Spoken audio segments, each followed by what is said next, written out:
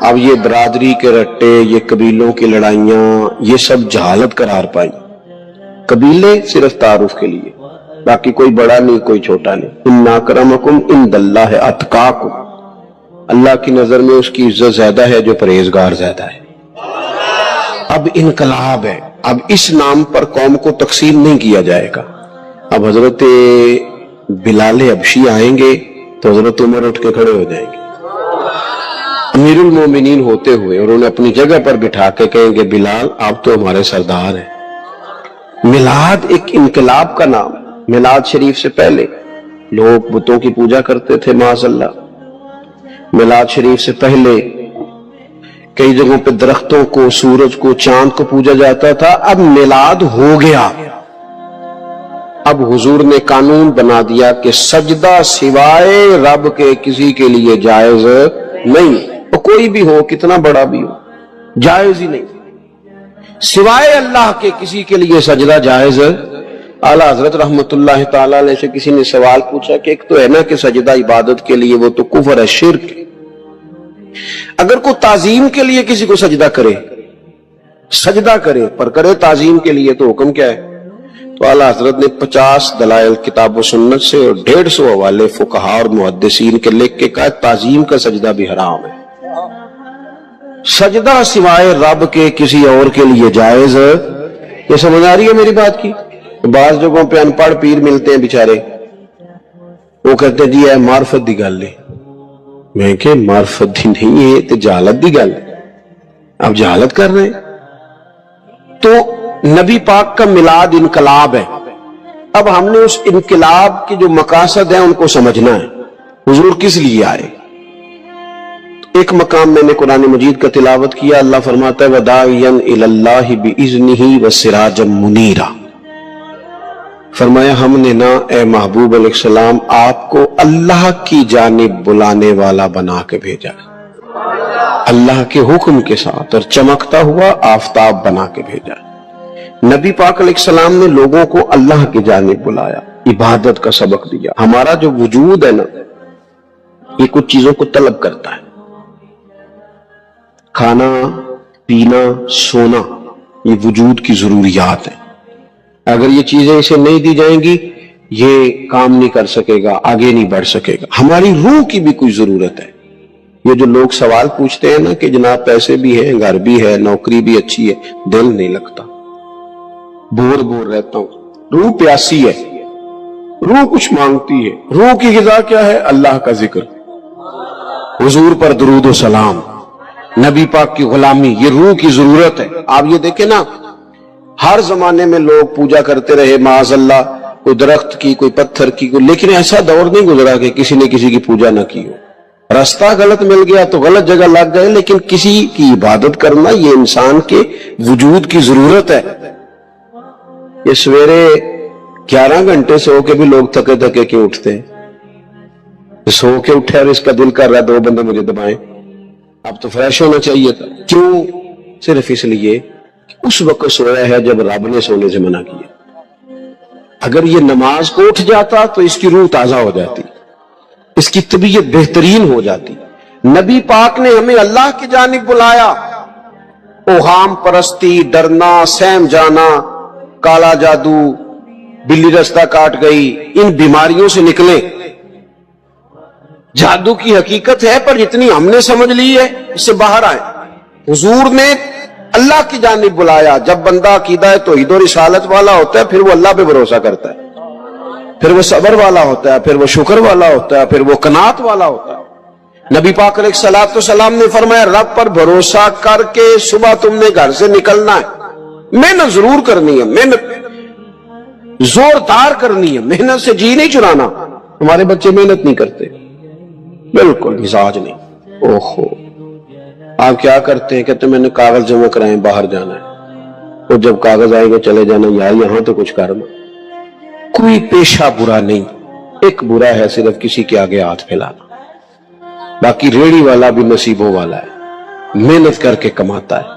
جس کے پیروں کو گوبر لگایا نا جانوروں کی حفاظت کرتا ہے، اور اس کے حلال والا بڑا عزت والا آدمی ہے.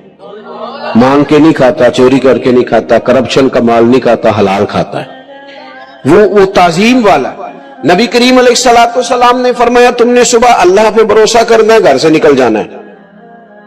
جس طرح رب پرندوں کو روزی دیتا ہے نا، اسی طرح تمہیں بھی عطا فرمائے گا. آپ اپنا مزاج بنائیں عبادت کا. آپ دیکھیں اگر بارش نہیں ہوتی تھی تو حضور نماز پڑھتے تھے، سورج چاند گرہن ہو جاتا تو نبی پاک نماز پڑھتے، بارشیں زیادہ ہوتی تو نماز پڑھتے. حتیٰ کہ بدر کے دن کافر اونٹ ذبح کر کر کے گوشت کھاتے رہے، معاذ اللہ شرابیں پیتے رہے، اور جناب صدیق اکبر رضی اللہ تعالیٰ عنہ فرماتے میرے نبی پاک ساری رات نماز پڑھتے رہے، اللہ کو مناتے رہے، رب کی مدد کو بلاتے رہے، ساری رات نماز پڑھتے. اپنی طبیعت لگائیں عبادت پر. ویسے بھی جو لوگ سجدے کے عادی ہو جاتے ہیں نا، جن کا سر رب رسول کے سامنے جھکتا ہے، وہ جگہ جگہ جھکنے سے بچ جاتے ہیں، مضبوط ہو جاتے ہیں. دوسرا مقام قرآن مجید کا، وَمَا أَرْسَلْنَا مِن رَسُولٍ إِلَّا لِيُطَاعَ بِإِذْنِ اللَّهِ. اللہ فرماتے ہم نے جو رسول بھی دنیا میں بھیجے اس لیے بھیجے کہ ان کی اطاعت کی جائے، فرما برداری کی جائے، ان کی پیروی کی جائے، ان کے نقش قدم چلا جائے. رسول اس لیے ہوتے ہیں کہ ان کے پیچھے چلو، ان کی پیروی کرو. یہ تو ہر رسول کی بات ہے. اور اگر کوئی میرے رسول پاک کی پیروی کرے، اگر کوئی امام الانبیاء کی پیروی کرے، پھر کیا ملتا ہے؟ قُلْ إِن كُنتُمْ تُحِبُّونَ اللَّهَ فَاتَّبِعُونِي يُحْبِبْكُمُ اللَّهُ. رب فرماتا ہے محبوب ان سے کہو اگر رب سے محبت کرنا چاہتے ہیں تو آپ کی پیروی کریں، اللہ خود ان سے محبت فرمائے گا. نبی پاک کے طریقے پر چل کے بندہ اللہ کا محبوب بن جاتا ہے. اور غیر مشروط اطاعت صرف نبی پاک کی ہے. حضور جو کہہ دے کر گزرو، جو فرما دے.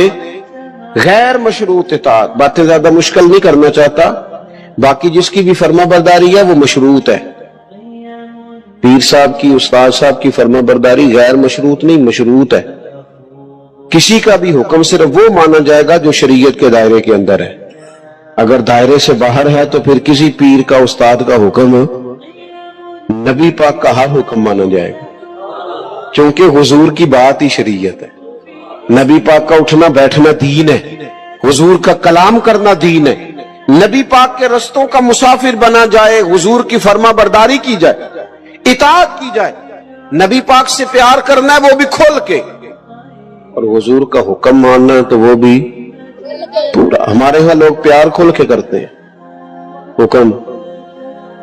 اچھا جناب، کسی بندے سے آپ باقی وہ سارے کام بغیر دعا کے کر رہا ہے، بینک میں تنخواہ آتی ہے دعا نہیں کراتا، لینے چلا جاتا ہے، گھومنے سیر کرنے سب جگہ وہ بغیر دعا کے جاتا ہے. اگر اسے کہا جائے نماز پڑھو تو پیر صاحب دعا کرو میرے لیے، میں کہ باقی تو کما دی نہیں دی یار کدے دعا کرائی، باقی بھی کراتا ہے نا. تو کیوں مطلب ہم اس طرح کا مزاج بناتے ہیں؟ اس سے بندے کا دل سخت ہو جاتا ہے. جب وہ دنیا کے کام بھاگ بھاگ کے کرے اور دین کے کاموں میں سستی کرے تو یہ سخت ہو جائے گی، آپ بے چین ہو جائیں گے. نبی پاک کی فرما، صحابہ نا بحث نہیں کرتے تھے، حکم مانتے تھے. جو غلام ہوتے ہیں نا، غلام تو غلامی کرتے ہیں. غلام جو ہوتے ہیں وہ ویسے. اچھا کچھ لوگ کہتے ہیں یہ فلانا کام جو دین نے حکم دیا اس کی حکمت بتائیں، تو میں کہتا ہوں حکمت سمجھ میں آ جائے تو ٹھیک ہے، نہ بھی آئے تو ہم غلام ہیں. غلام حکمتیں پوچھا، آپ نے اپنے ملازم سے کہا جا 5 کلو چینی لے آ، تو اگر وہ پوچھے کہ کی کرنی دے، پوچھیں دیں دے بولو. ہم کہتے ہیں بھائی تم جس کام کی تنخواہ لیتے ہو نا وہ کام کر. آپ نے ڈرائیور رکھا ہے، ڈرائیور سے کہا چلو میرے ساتھ لاہور، تو وہ کہنے لگا اتھے کی ہے تو کرنے دیتے ہیں. آپ غلامی کرتے ہیں. بحث یہاں لوگ پوچھتے ہیں، ہماری حکومتوں سے کہا جائے نا کہ سود حرام ہے، منع کرو، اسے ختم کرو، تو کہتے ہیں بورڈ بٹھانے لگے. کس بات کا بورڈ بٹھاؤ گے؟ کیوں بٹھاؤ گے؟ اس پر ڈبیٹ کی ضرورت ہے جسے کتاب و سنت نے حرام کہا. عورت کا پردہ ضروری ہے، اس کے لیے پی ایچ ڈی کرنے کی ضرورت نہیں. شریعت نے اسے با پردہ کیا، وہ با پردہ رہے گی. حلال حرام کے مسئلے جاننے کے لیے اللہ نے انسان کے وجود میں شعور رکھ دیا ہے. اس کے لیے بندے کا گریجویٹ ہونا یا ماسٹر کی ڈگری رکھنا ضروری نہیں. اسے پتا ہوتا ہے یہ میرے لیے حلال ہے, یہ میرے لیے حرام ہے. ہم کیا کرتے ہیں, دین کو خوب مناتے ہیں, ہم نعرہ خوب لگاتے ہیں, عمل کی باری آتی ہے تو سستی. بلکہ جو لوگ گھنٹوں بیٹھ کے دینی معاملات پہ ڈسکس کرتے ہیں وہ بھی بھاگ رہے ہوتے ہیں. عمل کے معاملے میں اللہ ماشاءاللہ چست ہو کے, عمل چست ہو کے, غلامی کرتا ہے. امام احمد بن حنبل نے ایک غلام خرید کے لائے. آپ فرمانے لگے تیرا نام کیا ہے؟ قربان جائیں. امام صاحب کہتے ہیں اس نے پہلے ہی جواب دیا تو مجھے وجد ہو گیا. تیرا نام کیا ہے؟ کہنے لگا حضور غلاموں کا نام نہیں ہوتا, آپ کسی اور کو بھی پکاریں گے تو میں سمجھوں گا مجھے ہی آواز دے رہے ہیں. آپ نے فرمایا یہ کمرے پسند کر لے, رہے گا کہاں؟ کہنے لگا حضور غلاموں کے نخرے نہیں ہوتے, آپ جہاں مجھے کہیں گے میں چپ کر کے سو جاؤں گا. فرمانے لگے روٹی کیا کھائے گا؟ کہنے لگا حضور میں غلام ہوں, میں نے غلامی کرنی ہے, کوئی ٹکڑا بچ گیا تو دے دینا. راتی جاگے شیخ سداوے, راتی جاگ دے کتے, تیتھوں اتے مالک دا در مول نہیں چھڑ دے, پاویں مارو 100 جتے, تیتھوں اتے رکھا سکھا کھا, رکھا سکھا. حضرت گلے شاہ کہتے ہیں کہ تو دیکھ تیرے اوپر اللہ کی نعمتیں کتنی زیادہ ہیں اور تیری وفاداری کتنی ہے. کتے کو تو ایک روٹی ڈالتا ہے وہ بھی بچی ہوئی, دوسری مانگے تو جوتا مارتا ہے, اور وہ ساری رات تیری پہرے داری کرتا ہے. اس کا انداز دیکھ, اور تیرا بھی تو کوئی مالک ہے نا. تو سویا ہوا ہے, عشاء کے ٹائم تو سڑک پہ تھا, کھانے والی دکان پہ تھا, برگر والی دکان پہ تھا, اور فجر میں تو بستر پہ تھا.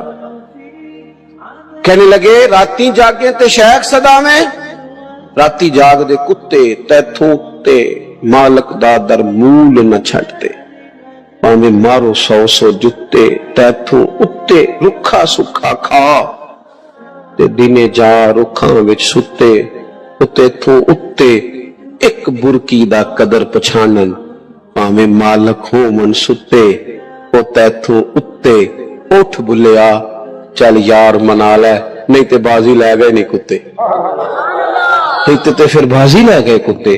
بات مانے حضور کی غلامی کرے. حضور ایک جہاد کے لیے تشریف لے گئے, واپس تشریف لائے نا, تو محبوب کی عادت تھی جب آتے تھے تو سب سے پہلے سیدہ فاطمہ کے گھر آتے تھے, اور جب سفر کی طرف جاتے تھے تو آخر میں سیدہ فاطمہ کی طرف جاتے تھے. اس دن حضور صلی اللہ تعالی علیہ وسلم نے تشریف لانا تھا. مولا علی شیر خدا فرماتے ہیں میرے پاس کچھ رقم تھی تو میں نے حضرت فاطمہ کو دی. توجہ ہے میری بات پر؟ تھک تو نہیں گئے آپ لوگ؟ چلیں اللہ تعالیٰ آپ کو جزائے خیر دے. سنیں جی,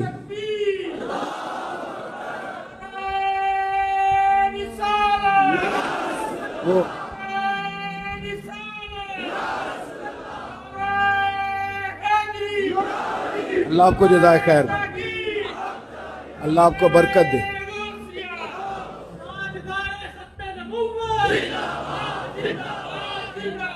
اللہ آپ کو میں تو ساری تقریر بغیر نعرے کے کر لیا کرتا ہوں. اللہ آپ کو خوش رکھے اور آپ کے چہرے مسکراتے ہیں, آپ جوش میں نظر آتے ہیں. اللہ تعالیٰ آپ کو ہمیشہ ہنستا مسکراتا ہی رکھے, اور اللہ تعالیٰ آپ کو آباد و شاد فرمائے. سنیے گا, حضور جہاد سے واپس تشریف لائے تو سیدہ فاطمہ الزہرا رضی اللہ تعالیٰ عنہ کے کاشانہ اقدس پہ حضور تشریف لائے. حضرت علی کہتے ہیں میرے پاس کچھ پیسے تھے تو میں نے سیدہ فاطمہ کو دیے. تو حضرت فاطمہ نے نا سونے کی ایک زنجیر, ایک چین, سمجھانے کے لیے عرض کر رہا ہوں, آپ نے نا وہ بنا کے گلے میں ڈالی اور گھر میں کچھ پردے لٹکائے. معاملہ یہ نہیں ہے کہ مجبوریاں کتنی ہیں, معاملہ یہ ہے کہ ہم نے وسائل سے زیادہ مسائل کھڑے کر لیے اور بیٹیوں کو اس جگہ لا کے کھڑا کر دیا کہ وہ کمپیریزن کرتی ہیں. وہ کہتی ہیں اس کے پاس یہ ہے تو میرے پاس کیوں نہیں. رمضان کی اس ٹھنڈی اور خوبصورت اور میٹھے وقت میں ضرور میری بات پہ غور کرنا. یہ نصیحتیں جب ہم سنتے ہیں تو ہم جا کے سیدھا بیوی کو سناتے ہیں, حالانکہ یہ تو بیٹی کو بتانے والی بات ہے جو جلدی اثر کرے گی, یہ تو بہن کو بتانے والی بات ہے. یہ تو بات ہم اپنی بچی پہ کریں گے تو وہ جلدی اثر قبول کرے گی. حضور تشریف لائے اور پہلا قدم رکھا نا سیدہ فاطمہ الزہرا کے گھر میں, تو نبی کریم نے ان کے گلے کے اندر وہ سونا دیکھا. عورت کے لیے تو جائز ہے نا جتنا مرضی پہن لے. حضور نے وہ سونا دیکھا, پردے لٹکے ہوئے دیکھے, سلام لی اور حضور واپس آ گئے. جناب فاطمہ رونے لگی. مولا علی تشریف لائے تو کہا کیوں روتی ہو؟ کہنے لگی میں بات سمجھ گئی ہوں، یہ میری چین، یہ میرا سونا میرے محبوب کو پسند نہیں آیا، یہ پردے حضور کو پسند نہیں آئے، یہ اتاریے، یہ پکڑیے اور حضور کی بارگاہ میں لے جائیے اور عرض کیجئے یا رسول اللہ جہاں آپ کا دل کرے آپ خرچ فرمائیں، یہ دے دیجئے۔ جناب علی المرتضیٰ فرماتے ہیں کہ میں لے کر کے واقعی حضور کی بارگاہ میں آیا تو محبوب فرمانے لگے علی وہ میری بیٹی ہو کے سونے سے پیار کرنے لگی ہے، دنیا کے مال کی جانب توجہ کرنے لگی ہے۔ گویا میرے محبوب نے قیامت تک کی بیٹیوں کو یہ بتلا دیا اگر تم غریب کی بیٹی ہو تو رونا نہ، وہ کائنات کے شہنشاہ کی بیٹی ہے پر میں نے پھر بھی انہیں فقر کا درس دیا ہے، غریبی کا درس دیا ہے۔ یہ غربت، یہ فقر حضور کا اختیاری ہے، یہ حضور کی پسند ہے، یہ نبی پاک کی چاہت ہے۔ میرے دوستو